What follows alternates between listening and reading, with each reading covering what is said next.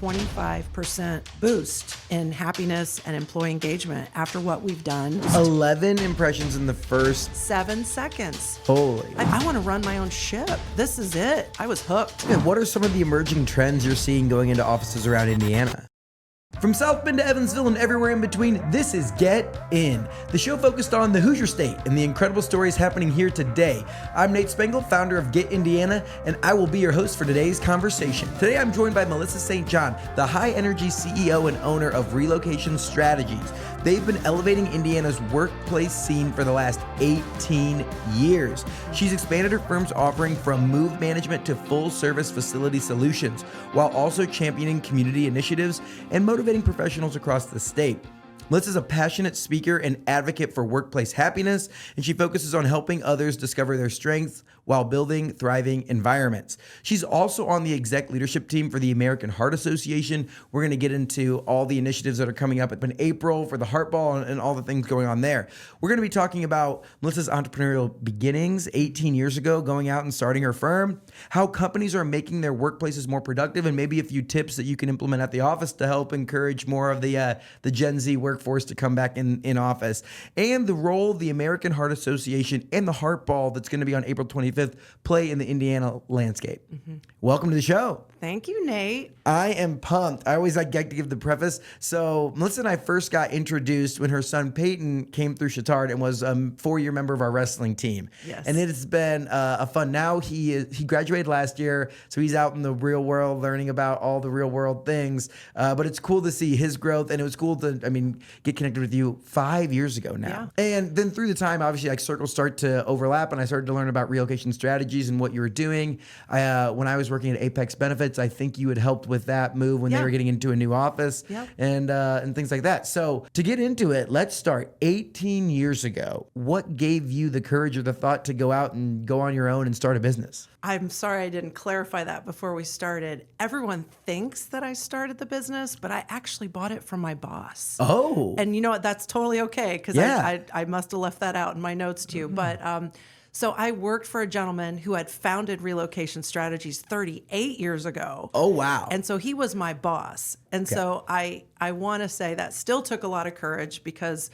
my mom was my biggest naysayer. She was like, oh my gosh, you can't do this. It's too difficult. You have 2 little boys under the age of 7, and I was divorced at the time. So she was like, there's no way you can do that. So when did you start working for that? So I bought the business in 2007, so that 18 years ago. Yep. But I worked for him for 2 years.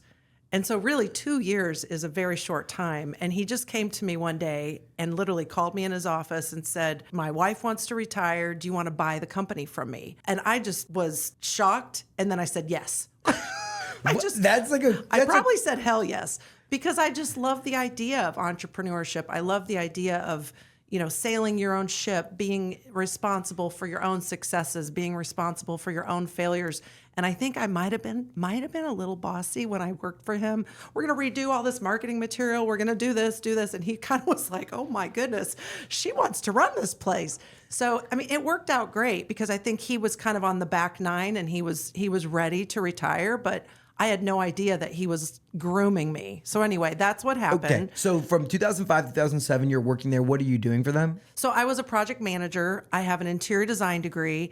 And so basically Relocation Strategies, before I started, only managed moves. They literally just took a company from point A to point B. They just across the country? All across the country, mostly probably 80% Indiana. Okay. But they would send them out of state if they needed to. So moving from, if you were on the south side of Indy, you'd help them pack up all your shit and move it up to the north side. But only businesses. Okay. People think I do houses. Nope. Okay. Businesses. And really, David started the business because he worked for a moving company. He had all that expertise. And really, you had executives that were like, I don't want to do anything. And so they started hiring him. He left the moving company and just said, I'm starting Relocation Strategies because I just want to help people get from one location to another, and Mr. Executive, you just don't do a thing and I'll do it all. How many employees was it at the time in 2007, 2005? It was pretty much David, Jeff Freeman, and myself. And then you would get contractors to actually pick up the boxes and move the things? Yes. I got you. We were Okay. the brains, they were the brawn. Like There we we go. did not, I did not lift anything. So we were the planners, thought it all through, tagged everything. But then what happened, Nate, like I said, I may be a little bossy, but I kind of came in and took charge and I said, well, why don't I start doing people's layouts of their offices? Why don't I start doing AutoCAD? Why don't I start helping picking out furniture? Why don't I help them with, the paint on the wall and the carpet? And so it really morphed into what it is today. But, 18 years later, it's so much fun. And how were people thinking about their offices and the way that things are laid out in 2007?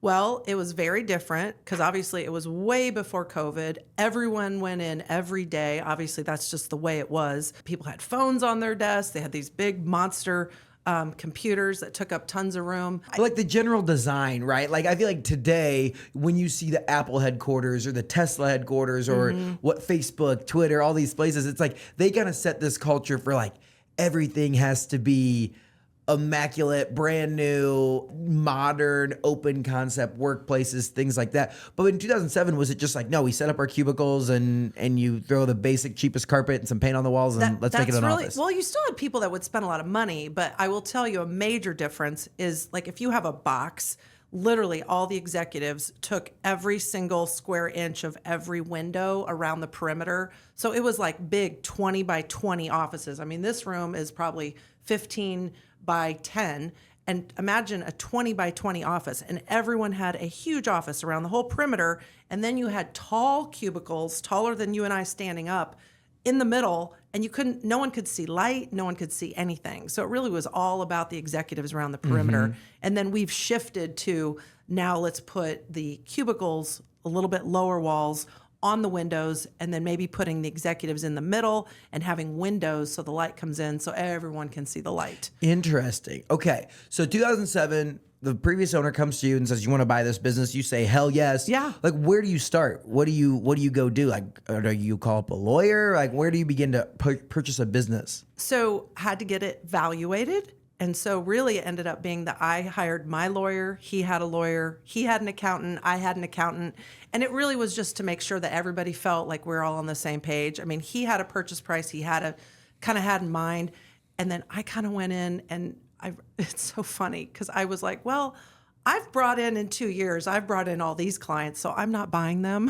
So Yeah, right. we took that out of the purchase price. And which is nice because sometimes people would be like, yeah, well, you were an employee and it's business value. But it's relationships I had from past projects. Yeah. So we stripped that out, he was a member of a country club, took things out that had nothing to do with the value of the business. Then we really got down to the nuts and bolts. And then we came to a dollar amount, and a lot of people don't know this, but being a single mom, I mean, a lot of banks wouldn't give me a loan. So you know what? I took out a huge home equity line on my house. I had a house. And so my mom likes to say, if you failed, you would have lost your house. And I would have. So it was a very gutsy thing. Took that loan out on my house, had 2 little kids, and then he loaned me the money. So it was a 5-year payment to pay him off. Wow. So like some seller financing. Yes. Because he's like, he wants to go, retire with his wife and do retirement things. Once you grow to the business. And I think a lot of times sellers of businesses or anything like that, like can get creative with those terms. Because like maybe they don't necessarily need a huge lump sum right now, but paid over the course of 5 years. Yes. And looking at basically all you had to, I'm assuming is like, okay, grow this business steadily and don't tank it and you'll be good. Yeah, but I could have tanked it. Yeah. That's the scary part. Well, I mean, what gave you you have 2 young kids at home, you're a salaried position, you don't have to take this risk. Like, why? Because I loved it. I mean, I just worked there with him and I loved it. Everything he taught me, I was doing everything that I loved. So if I had a design background, he taught me the move management. I worked in a furniture dealership for 7 years, so I know every line of furniture and the discount and what it is. I just had a very well-balanced experience. I actually also worked in facilities. So I managed a whole facility with 2,000 people, and I understood, it's called MAX, moves, adds, and changes. When you tear down a cube and turn it into a conference room, who you have to hire, electrician. And I had such a rounded experience that I was like, I want to run my own ship. This is it. I mean, I was hooked. Were you always risk taking? Like from the beginning, did you always know that you're like, I'm more on the risky side of things? I'm kind of the black sheep of the family. Oh, because Yeah. I mean, well, and you go home and you tell your mom, I'm going to buy this business, and you have, moms are usually great support systems, freaked right? out. And was that hard to be like, I know that you don't agree with this, but I'm still going to do it? Yeah, I did. I brought in 2 uncles, which were her brothers, and they came in and they double checked all the valuation. I don't know that I would have done it without my 2 uncles. Okay. Because they were business owners. And what were their perspectives? Oh, this is a good business. Yeah, they had business owner. They were business ownership, mindset. Whereas my mom, I mean, I love her. She's amazing, but she just wanted to protect her baby. Yeah. Well, and it's like by the way, I'm buying this business. I'm going to run this, and I'm taking out a huge loan on my house. Yes. To put it all into this business. Yes. When was the moment when she flipped and was like, you're so brave and you did this, and like, congrats? Probably a few years, because I think she was still always nervous. But I will say, being a woman-owned business, again, for the, I'm going to say the men out there, I'm so grateful. A lot of people, with diversity, I got a call probably 2 months later. I mean, I'm not kidding. And I'm not saying it's a God thing, but it was a God thing, because I want you to think about November of 2007. What happened in 2008? This big, big recession, and everything stopped. So literally, I lost every account that I bought because they all tightened their belt so tight and said, we're not spending money. So when you think you're buying a business and you have these accounts and they have repeat business coming in, that's what you're buying. Well, and do a lot of them have multi-moves? Like they're moving lots of things every year? Yes. Like for instance, one of the big accounts was Conseco. And so that was our account. And so basically, and that's how David and I met, because we were both on the Conseco job. I was a designer. He was the person that did all the moves. So I did all the layouts. I did the furniture. The point is if you have continuous business and that's what you buy, you're buying the business. And some stability there. Yes. So all of those clients just shut down in 2008. They just all tightened their belt. They cut their spending. They said no spending. And you bought it in November? I bought it in November of 2007. Oh, gosh. So I'm just telling you, I was a lot thinner back then because all I ate was ramen noodles. I could not afford anything, nothing. It was very scary. So, but this is the grace of God of what happened. So being a woman-owned business, I got a call. I remember it was January or February of 2008 when literally I was just very, very nervous. And the convention center needed a woman-owned business on the team to help with all the furniture. So it was $6 million worth of furniture for the convention center expansion. And they said, will you help select it, pick it out, write the RFP, put it out to bid? We came in $1 million under budget. And it was a huge success. And then once that went down, I started gaining the reputation that I'm saving owners money, I'm saving them time, I'm getting them quality products, I'm putting it out to bid, I'm not selling furniture. And then it just started rolling. And it's like that time from November to January, February, it's like you're like, oh my gosh, what have I done? I'm going to lose the house. Like the boys and I are going to live on the street too. Getting the call. And it's, hey, you're in. Yes. Yeah, it was good. And that was like the first big milestone of like, okay, we've got something here. What were some other, like, as you keep going? So 2008, Convention Center, it's still a recession, people aren't, even if you're really good at what you're doing and people aren't spending, they aren't spending. So what were some of the next dominoes that fell into place? So the other next domino, and again, I literally could get on my knees. I'm so grateful, for the state and for the city with the WBE, because I really would have shut my business down. So I met a gentleman at Citizens Energy, and they were discussing, are we going to stay at the 2020 North Meridian, or are we going to build a building? Or are we going to buy a building? So you have all these options. And so Kevin Bennett was like, Melissa, I really need your expertise and I want you on this committee that we really explore all these options. And so I started getting into this more consulting role and helping him come up with budgets and ideas and floor plans. And then my team got hired for the entire renovation of the 2020 North Meridian, again, because Citizens Energy wanted women and minorities on their project. So that is how I got hired. But I ended up hiring like 5 people for that job. And then I just started growing. So you start putting on full-time employees. Oh yeah. For sure. So you go from, it was just three It of was you just when you three took of over, us. and then the owner bows out. Yeah. So And I don't want to say I had to let Jeff go, but there was no work. So Jeff moved on. So just you. You buy this business, it's just you. You lose all your customers. Yes. And then you're like, shit, what have I done? And then, first call, then Citizens comes. Yes. And then you get to build your team back up. Yep. Then I hire people. How hard was that? Like making those first few hires? Oh, petrifying. Isn't it terrifying? I mean, because you're a solo entrepreneur. I didn't have a director of HR. I didn't have a director of finance. And so even I will tell you the first time I had to let someone go and you just wait, it's terrifying. I know, right? I mean, I literally was so terrified that my husband had to take me to the emergency room because my blood pressure was so high. I don't tell many people this because I like to be all strong, but it was terrifying because I had somebody tell me, and I'm just going to say it, she was not my race. She was not my religion. She was over the age of 50. And I had 3 attorney friends of mine from my Stanley K. Lacey class that she could shut me down and sue me if I let her go. So I had to hire an HR consultant and say, how do I do this without getting sued? And so she walked me through the whole thing. But this person that worked for me, she was someone that was doing my books. And I'm just saying she had me. I mean, she had me because it's like she had all the passwords. I didn't know any of them. How do I do this? How do I get the keys to my kingdom back without her suing me? Oh my God. So I had an HR consultant come in and say, this is what we're going to do. And we're going to offer her a severance package and thank you for her service. But you've decided to outsource your books instead of having being a full-time person in your office. So technically she was not let go. The position changed. And I kind of came up with some verbiage to protect myself. And then I've had my books outsourced ever since. Yeah, right. It's like, I just can't even imagine like having that first conversation and then you're hearing all this stuff and you're like, oh man, is this decision going to be the one that, like, we just made it through all this hard stuff. We're building our team back and this is the thing that's going to do us in. Yeah, that is what about did me in. If people ever ask me what is the hardest thing I've ever done, it would be that. It would be firing, letting go, changing the job description of that human. So when you were out there, building that initial team, where were you looking and how are you finding people to come join your solo ship, right? Like, yeah. Hey, we're going to work at the convention center. We're going to work on Citizens. It's just me now. I bought this company not too long ago. We're in the middle of a recession, but yeah, quit your job. Come join our company. It's going to be great. Well, I had to sign on and get that Citizens work. Okay. So once I got that contract, I knew I could go out and hire. I knew I had funds.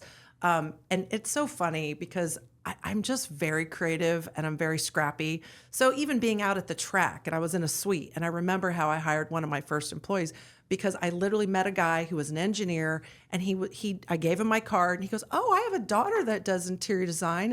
And I go, oh, really? What's her name? And I hired her. I mean, it was just really knowing people. I did not place any ads. I just found people. Just the network, right? Yeah, and that's really a lot of the ways I find people now is through the network. I just say who's looking, who wants a job, and I talk to friends.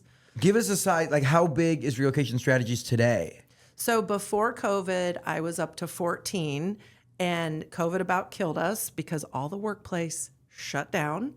Like literally. Did you have to have more hard conversations? I had to let some people go. And it really was hard because I had one gal that was with me for 7 years and I literally gave her the option. I was like, you could work part-time somewhere else. And, but then that was going to mess up her benefits. And so, parted with some of my team. So before COVID, we were 14. Now we're 11 and we're building back and it's stronger than ever. And I'm really proud, Nate, to say that last year was the best year of my career. No way. Yeah.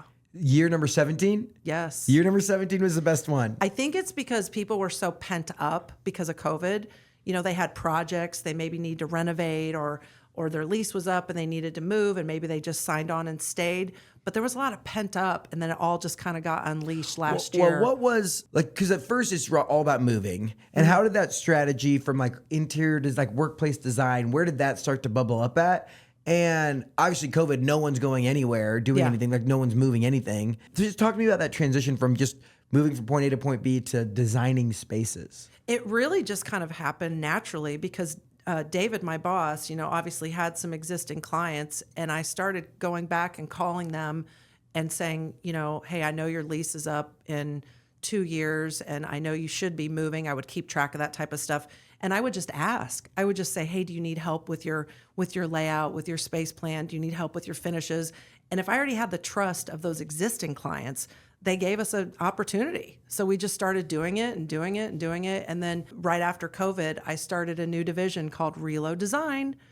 But we'd been doing it for many, many years, but I think it just defines that we are designers. Well, when you're talking with executives that are redesigning their workspaces in the post-COVID era, what are they thinking about? And what are the ways that you're suggesting or you're seeing businesses can make changes to bring people back into the workplace? Oh, that's a great question. I'm going to talk a second about my 26-year-old son. He has worked from home for almost 5 years. He has loved it, but I will say he's kind of an introvert. But this is what executives are dealing with. How do you get those, I don't want to say young people, Young but people. how do you get any people? Well, say I was the last class. I graduated from college in 2019. So I was in the office for 9 months. And then COVID hit. And then COVID hit. Yeah. I think it was 9 months. Yeah, that would have been March. So from June to March. So I remember I was like 8 to 5 at your desk doing all this stuff. And then all of a sudden we're all work from home and it was crazy. But now it's like, oh, that is just so foreign and different. The idea of being in every single day for 8+ hours. Yeah. Like, wow. I love being in the office. Like, I think it's really productive for me to get out of my home and talk to people. I'm an extrovert. I'm like the extrovertiest extrovert. So it makes sense why I like it. But what are business owners thinking about how to get your 26-year-old son who might be a little bit of an introvert into an office? Yes. So first off, let's say 50% of humans are introverts. Okay. So we really have to think about how are we getting them in, because you and I want to be in. We want to be talking to people and collaborating. And I'm the reason that the workplace is loud and everyone's distracted. Like, that is me. Well, That's my fault. and I was telling my client yesterday, the number one problem in offices right now is noise. It's so distracting, because if you have a whole sea of cubicles and you have 8 people that are on Teams calls, the person that's sitting between 3 people talking, they literally just want to poke their eyes out because it's so loud. So what I'm saying to executives is, like, for my office, I have a protocol, and I say, if you're going to be on a Teams call, because I kind of have an open area where people are in cubicles, you need to get up, go into a room, shut the door. You got to be considerate to everybody else. But the problem is, a lot of these offices, Nate, don't have small conference rooms. They don't have phone booths. They don't have little huddle rooms. They don't have little rooms for people to go into. So, and you need somewhat protocols for those rooms, because guess what? The introverts will go sit in those rooms and they'll shut the door and they won't come out for all day. And then no one can use it. So there needs to be some type of protocol. But I would say you have to figure out the noise issue. So some people put in sound masking. It's that swishing noise in the ceiling, because if someone is 10 feet away and they hear part of your weekend plans, they're going to stop everything to hear the end of your story. Yeah. But if they only hear a little mumble here or there, and that's what the sound masking does, it's going to keep them on task, because most people take 20 minutes to get back on task if I've just heard your weekend plans. Oh, gosh. Probably because my heart's pounding and I'm like, oh my God, I want to do that. Quick pause to tell you about one of my new favorite spots in Indianapolis, Back 9 Golf. If you haven't been yet, you're missing out. This is the perfect way to get your swings in no matter what the weather's like outside. This place isn't your average golf range. It's a full-blown experience. Locally owned, locally operated, these guys are all about bringing the community together for a good time. They've got climate-controlled bays, great food, live music, and a bar that keeps the drinks flowing. And if you're looking for a place to host an event, birthday, corporate outing, bachelor party, Back 9 is the spot. They know how to throw down and make sure your crew has an unforgettable time. So next time you're looking for a night out that's more than just another bar, head to Back 9. Swing some clubs, grab some drinks, and support a business that's keeping it local. Check them out at back9golf.com or just pull up and see what all the hype's about. Tell them you heard about it on Get In. So having people concentrate. And so my main goal is to have companies be productive, because me as an owner, I want my people to be productive. I don't want people being distracted or frustrated. So to try to keep the office somewhat quiet, I'm not saying people can't talk, but it's like, if you're going to be on a long Teams call, 30-minute call, get up, go in another room. If they don't have those rooms, they need those rooms. They need to convert an office where somebody's only coming in 2 days a week, convert it into like a little huddle phone room or Teams room, but it just helps with everyone. So it's not too noisy. The introverts can go have their quiet. But then the other thing everyone loves is the social hub. Are you familiar with what I'm? Yeah. Like Apex made that whole back room kind of a social hub. We did a survey for them. We asked them what was important. I know that Apex needed a big breakout room with movable walls and chairs so they could turn it into meeting rooms. But everybody loves the social hub because more and more employers are bringing in specialty coffee. They're bringing in snacks. So my 26-year-old son did go back to work, and he is so excited. I couldn't believe it, but he's like, Mom, they're giving us all kinds of snacks and coffee and pop and sandwiches and Taco Tuesday. And so he's 26 and he is loving it. So I'm happy for him. That's a piece of, you come in, you get the lunch and the coffee and stuff, but if the space isn't optimized for it, like no amount of Cheez-Its or whatever are going to make up for not being able to focus or get any work done. So I do think it's definitely a healthy balance.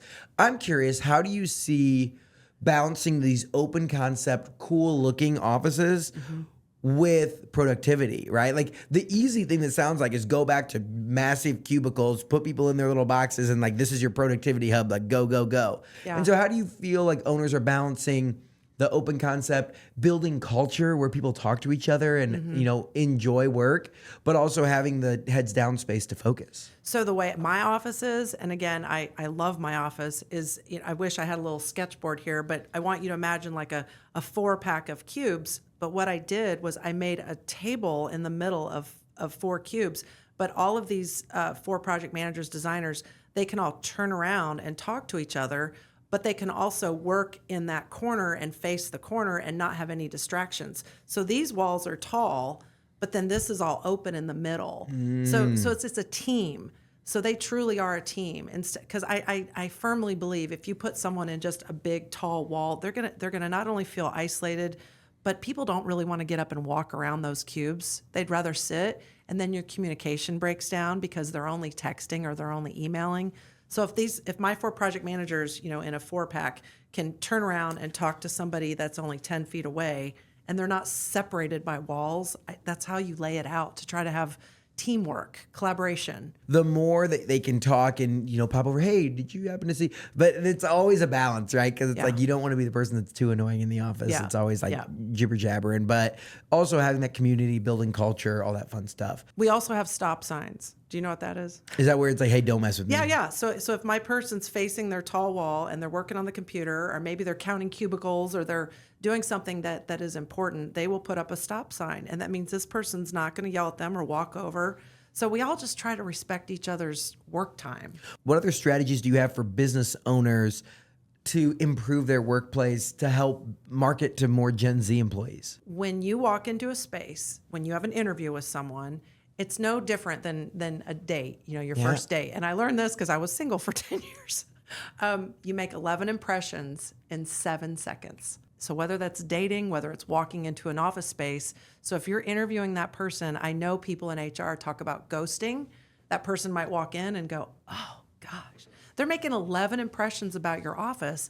And the thing is, if it's drab, it's not lit well, it's cold, it smells funny, they're not going to come back. They just ghost. 11 impressions in the first 7 seconds. Holy. I mean, that is research. That's psychology. And so you always have to make a good first impression. So when people walk in and they see the office and it looks terrible, you're right, it could be laid out great, but if the colors are from, we're redoing a construction firm right now. The colors in that office are from 1980. Oh. And I literally went to them and I just said, you know what? We need to update this because you need staff to come in and want to be here and be excited and have pride, and not bring your wife in and have the wife go, oh gosh, this is from 1980. You know what I mean? So it's about the aesthetics. It's about how they feel. It's about, is it clean? Is it well lit? I mean, all those things come into play. But if people are on really tight budgets, I'm like, please just get the first impression, get the reception area, get the front area. Because even you have reps or you have the mailman or whoever coming in, you want them to have a really good first impression when they walk in. Okay, so it starts with the first impression. You want to recruit better talent. Even if when you go back out into the main space, you're still working on that. Start with the first impression. Yes. Yeah. Specifically for Gen Z, like what are you seeing that this younger workforce, 26 below-year-olds, like what do they like to see in the office, and what are ways that business owners could make their office more appealing? I know that this had nothing to do with the office, but I do want to tell you that I had never heard of this, but my son who lives in Raleigh, he's like, they gave me a driving stipend. Because you know what? He was saying how he hadn't driven anywhere and worked from home for 5 years. They gave him a gas stipend. I don't care if you're a business owner and that is $100 a month. He was so excited about that. I was like $100 for gas, I know. right? I was just like, seriously, they could just add on to her salary. But I think it was just the fact that they were doing things to be thoughtful towards him. I would say you want to think of things that you can offer at the office that they can't do at home. Like I'm going to tell you, and I think a lot of it is activity based as well. So if you have a room, I had everyone in my office come and do a show and share. Literally, I bought them all lunch and we did a show and share. We did this on Monday. I put it on my LinkedIn. But somebody brought in, some blowing glass that they did. I brought in a painting that I had done. It's things anybody had made or worked on. I have an employee that crochets. So everybody brought in something and they were so proud. But it's taking that time, to have activities with your people, but you have to have a room, obviously, for them to do that in, comfortable chairs. I was just at a client's office yesterday, and she goes, oh my gosh, everyone hates these chairs. I need you to help me find new chairs because people are all complaining. So I'm not in the business of doing employee engagement surveys, but finding out with a survey what would make their life better? Because you just don't know. And it's interesting when you think about it as a business owner, it's the marketing of it, right? If you look at like employee satisfaction, if you gave them an extra $100 a month on their paycheck or you gave them a $100 gas card, it's more thoughtful. It is. Like it's going to make an outsized impact. It doesn't necessarily mean you have to spend like, oh, well, we're just going to cover up all the problems by adding some dollars to their paycheck. It's like, be thoughtful and think about, oh, you're worried about parking or you're worried about gas or whatever the thing is. Like you can find something for cheaper that will make a larger impact than just adding, oh, he'll give you $50 on your paycheck. Because you care about them. Yeah. And another thing I do, I'm waiting to see your facial expression. I have massage Mondays. Oh, massage Mondays? I have a masseuse come in, and if people don't want it, they don't have to do it. But, I pay for them to have a 20-minute massage. And if they want a tip, that's fine. But I give the person a tip. But I'm saying I do it because I know everybody likes it. I know no one else that I know offers that. Massage Mondays. Hell yeah. I have to do things to keep my employees happy. Yeah. I have to do things. I cannot afford as a small business to have my employees get swooped away by a huge big company. Because it's very disruptive. I think that, man, and you think of employee retention strategy going all the way down to the workspace, like from the first impression. Are your employees, do they have a smile on their face when they walk through the door because they're happy to be in the space? Yes. They're happy to come to Massage Monday, right? Yep. Wow. I guess I hadn't thought about all the different things, but for a small business, when you lose a key employee, it's terrible. Oh my gosh. Because you're like pushing this giant boulder. Already entrepreneurship's hard. Yeah. You're pushing this giant boulder. Then you lose one of your pushers, and then you bring someone new in, and you have to you're going to roll down the hill while you're getting them up to speed to start pushing. Yes. And all of a sudden you lose 6 months when you could have been way further ahead. Yep. Wow. What other strategies do you see business owners using to attract and retain the top talent? Well, I'm gonna say a statistic first. Did you know that 70% of the workforce is disengaged? I could believe that. That is terrible. We are at an all-time low for people being happy and engaged. So I'm very cognizant of that, and I'm just telling you, I do anything to try to get them engaged. And I know there's all kinds of consultants with engagement and all that, but I'm all about being human, asking my people, what do you need? What do you think? Giving them a say. I mean, I have never been a dictator leader. I've always been an inclusive, get around the table, try to get everyone involved because they're happy, and when they're happy, they have pride in their work. And if they have pride in their work, then my clients are happy. So it's just this big circle. Hey Hoosiers, let me tell you about Keller & Keller, a respected Indiana-based law firm that's here for all of us, from Evansville up to South Bend. They've been serving Hoosiers since 1936, and they really know what it means to fight for the community. These guys have recovered over $1 billion for their clients. Yes, that's billion with a B. That's a serious track record of getting results. And here's something that should really make your wallet feel good. They have a zero-fee guarantee. That means you don't pay a dime unless they win your case. Talk about peace of mind when you're hiring a lawyer. So if you've been injured here in the Hoosier State, don't hesitate to call 1-800-2-KELLER to get the support and guidance you need. They mean business. Now let's get back into the episode. Where are you getting inspiration for what you're doing within Indiana offices? Well, being an interior designer, I grew up always wanting to arrange the room to make it the best layout. You know, it's like if the window's over here and I want to sit and not face the sun and have my back, just thinking about, I'm very spatial. Yeah. So I'm just born that way. But I think my biggest satisfaction, okay, and people may think I'm crazy to say this, but we actually have surveys that go out to our clients and we've asked them, we've said, how much did your productivity and employee engagement go up after we worked on your office? And we gave them a 10%, a 20%, a 50%. The average number is a 25% boost in happiness and employee engagement after what we've done, because we've asked them in our surveys. So if you ask them in a survey, Is my life better now in this new office than it was in our old office? Yes. Like when we surveyed WFYI, we surveyed all of their employees, and it depends on the demographic. So in terms of like, is WFYI mostly women? That's why we heard back that they wanted to have yoga mats and mirrors and balls. And I'm not an expert on this, but I know that we've done surveys in other companies where they have more men and they want cardio and they want weights. So it's like, give them what they want. Yeah. And they will come and they will stay and they will be happy. So in terms of, just asking people in surveys. So we have a survey, we have it patent pending. It's called our Workplace Productivity Analysis Survey. We gave one to 400 people at Delta Faucet. We just did AES, 9 floors on the Circle downtown. But it's to try to figure out, what do they need to be productive? We're not asking them, do you need a skylight? Do you need a hot tub? We're saying, what do you need to be productive? And you're giving them choices, and you'd be surprised what the results are. I was going to say, what are some of the emerging trends you're seeing going into offices around Indiana? Well, number one is it's too noisy. Okay, so fixing the sound thing. It's too noisy. So you need to put in sound masking. You need to figure out a way to have a protocol where people go into rooms. Yep. So number one, too noisy. And then number two, there's not enough places to go to have a private conversation. So if you're out in a big cube bullpen, where are you going to go and talk about your private doctor's issue? Where are you going to go? I mean, I interviewed a company, and the CFO told me he wanted to design his space, and he said, my old office, he goes, it was so awful. They had everyone in cubes. There was not one office. And he said, and I had to go into a stairwell to have a private conversation. He goes, I'm the CFO. I have about 10 private conversations a day. He said, but everybody was in the little small rooms and they wouldn't come out for 8 hours. So it wasn't managed well.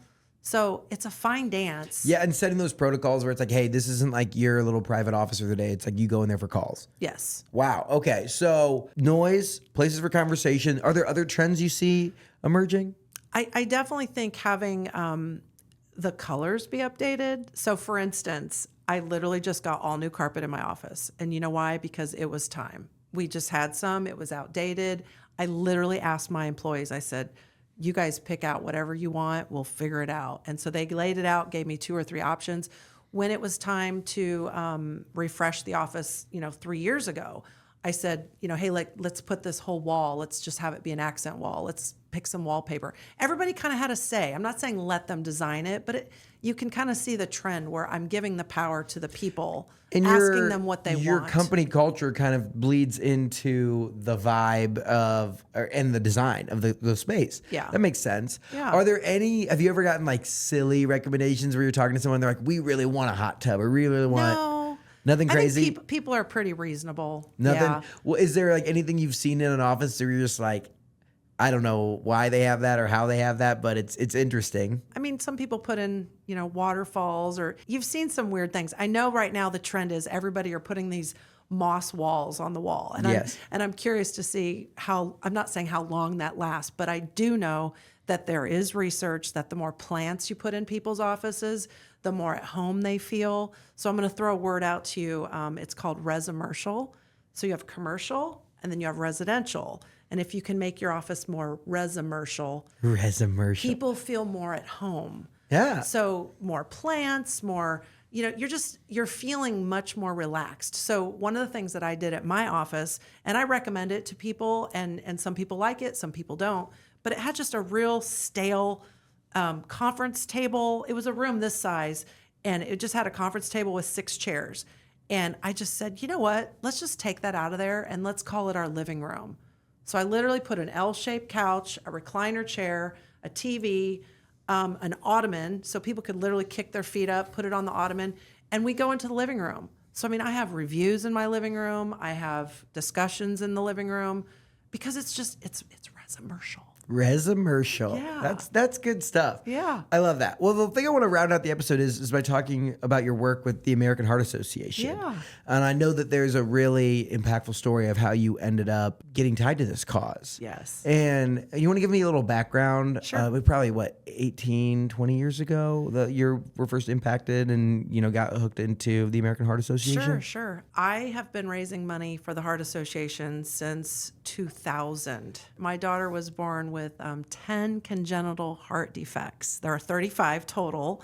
And so she was born with 10 and had 2 open heart surgeries at Riley. And unfortunately, she did not make it. And I was raising money before she passed, taking her to heart walks.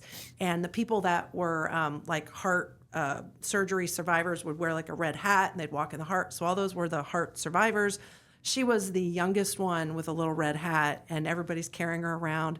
But anyway, after she passed, I started to really dig in and say, I cannot believe that more people don't know that it's the number 1 cause of death in children under the age of 2.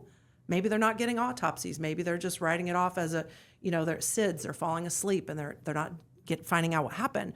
But under the age of 2, it's the number 1 cause of death in children. Women, it's the number 1 cause of death, and men, it's the number 1 cause of death.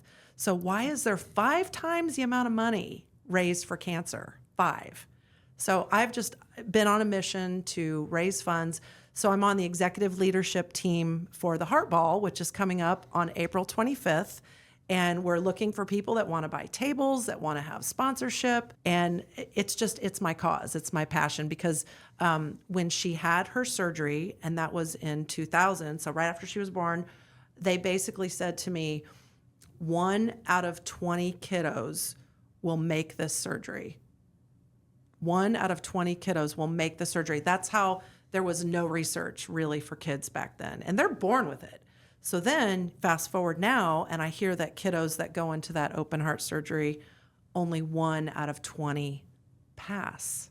Oh. So it's flipped. So from 5% to 95% survival rate. Yes. Wow. Yes. In 20 years? Yes. In 24 years, 5 years? And I'm not saying it's because of me, but I was a pain in their ass. I was going up to Chicago. I was causing all kinds of ruckus. I was like, if you don't want me going on the Today Show talking about this, then you're going to start giving more of the dollar to kiddos. Because like when I started walking in the heart walks, it was small. I mean, it was only like maybe 1 or 2 cents out of the dollar that they gave to kids. And the rest went to smoking, overweight, people that were causing it on themselves. Yeah. Sorry, I'm just going to say it. Yeah, no, that's straight to the point. But I was don't mess with the lioness when her cub is. Yeah. So I pounded, and it's a long story I won't go into, but I caused a lot of trouble, and they raise a lot of money for kids now. And how have you been impacted by the American Heart Association? Like, what are obviously the walk and the ball and those things, but like, what other ways are they making an impact on heart disease in America and beyond? Well, they're having more AEDs go into gyms, into school gyms, because you hear of kids that just drop dead after playing basketball. Well, guess what? They have a congenital heart defect and their parents never knew. How can you find out if you have this? You have to go get an echocardiogram. Oh. So did you know that one day when you have a child, it is state law that they have to test their hearing, but they don't test their heart. So you don't know unless you go and you ask your doctor for an echocardiogram if your child will have a congenital heart defect. You don't know. So the Heart Association is just trying to have more awareness.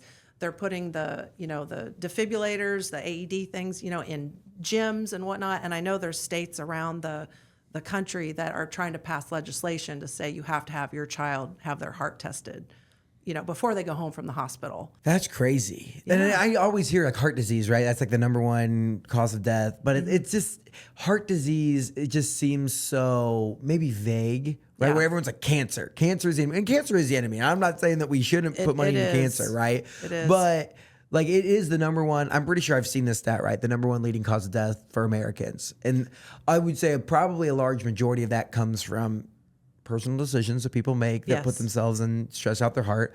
But for these kids that are born with congenital heart defects, man, I will say that's hopeful that in 24, 25 years, flip from 5% survival rate to a 95% survival rate. Yes. How can people get involved with the American Heart Association? So they can go to the American Heart Association website. I mean, feel free to contact me on LinkedIn, Melissa St. John. I just would love to see people come out and go to the Heart Ball.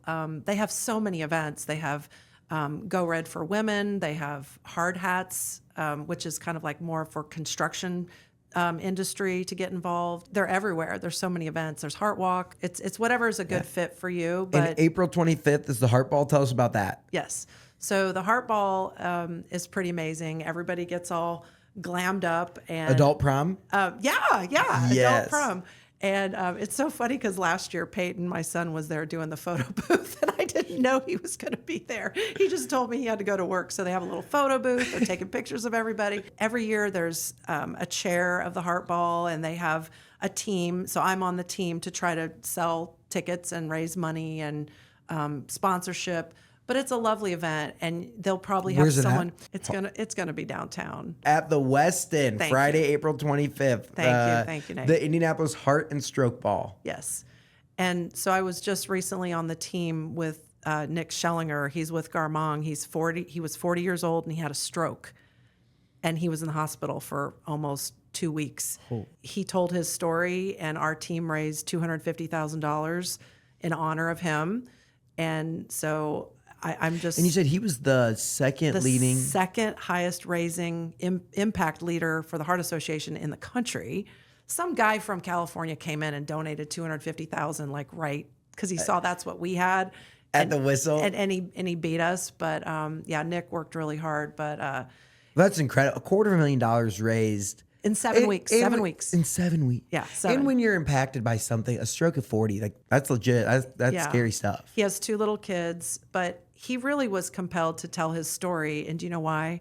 He hadn't been to the doctor in 10 years. So he didn't know he had any problems. So here it is. You need to go out. I need to go out and go to the doctor and get the checkup. Yes. Maybe get an EKG. Well, you can just go get your test for like $99. There's places at like Community Hospital or, where you can just go get a heart scan for $99. I mean, like almost all the hospitals have it. And that's the thing, right? It's like when you're young, you're like, I'm invincible. I'm fine. I don't need to go do that. Like I wrestle all winter long with the boys. Like I'm always working out. And then it's like, you can be healthy and still have these issues. You can. There's our call for the day, right? Silent killer. And I know why cancer raises 5 times as much. It's because the poor souls that have cancer, you have to see them suffer with no hair. You have to see them suffer getting sick from chemo. Heart people just die. Yeah. They just die. They just drop dead. Yeah. And so, there's not this long period of time where the awareness. Everyone, it does seem like impacted by someone with cancer, and you watch that journey happen over the course of, months and months and months versus, you just, your heart stops working. There's not a process after that. Yeah, because when I would take my daughter to the heart walks and she would be the only child wearing the little red hat, it's because the rest of them died.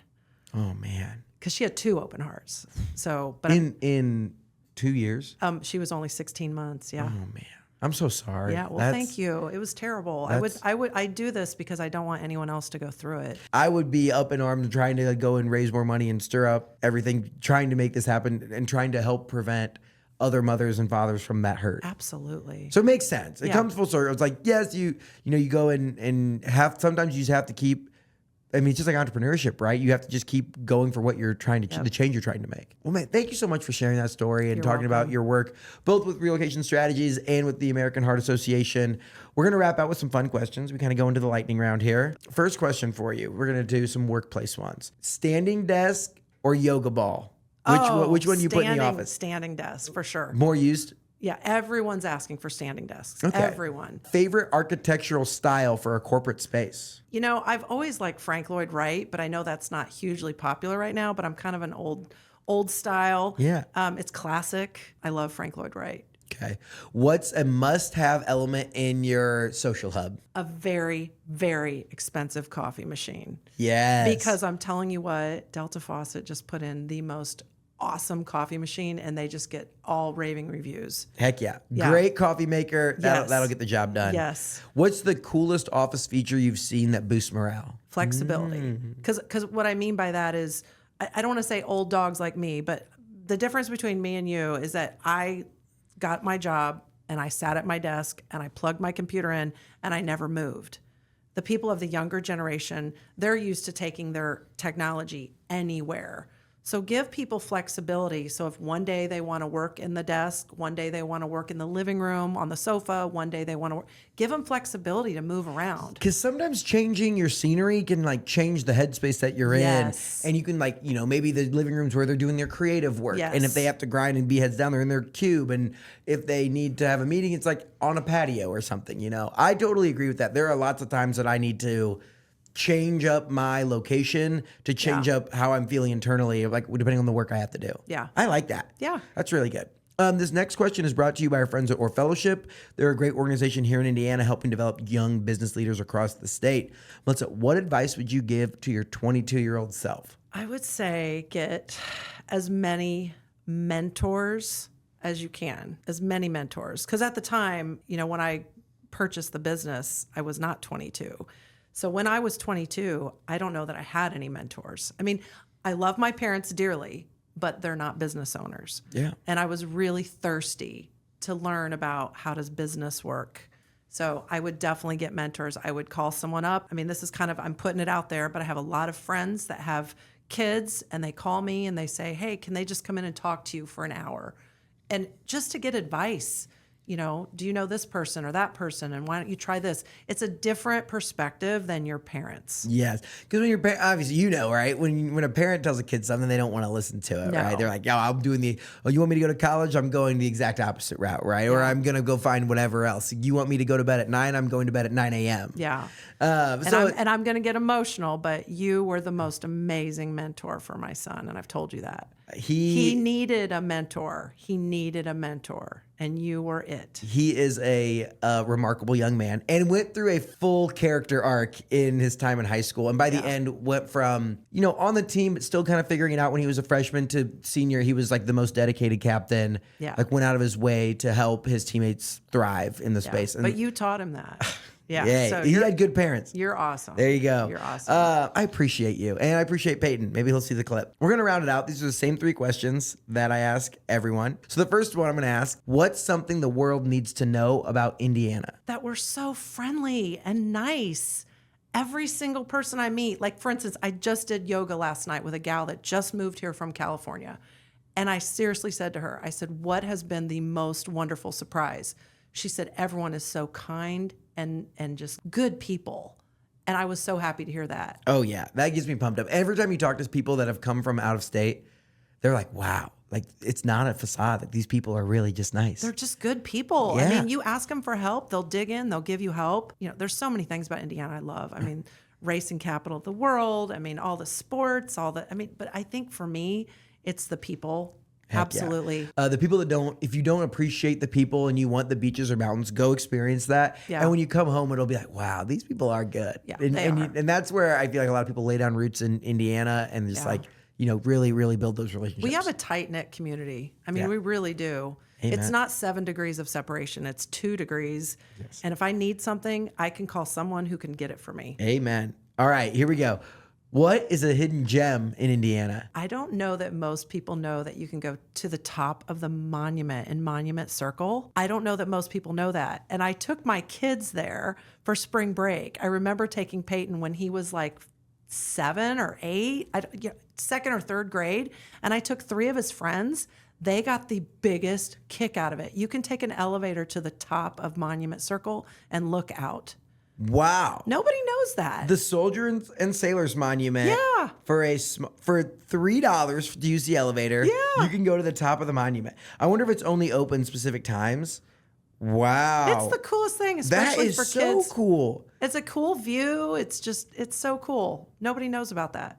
No, it literally has like how many steps. Okay, the observatory can be reached by climbing 330 steps at no charge or by riding an elevator for a small fee. Visitors must still walk the 49 steps to get up to the observation level. So they Yeah. literally have like 379 steps can get you 231 feet above street level. Yeah. Wow. For spring break, you took Peyton and his I friend. did. They love that. Oh, I bet a bunch of your second, third grade, whatever, you're like, this is so cool. Oh, they loved it. Like, heck yeah. All right. That is a really good hidden gem Yeah. that I've never had anyone say. Yay. Wow. Final question for you.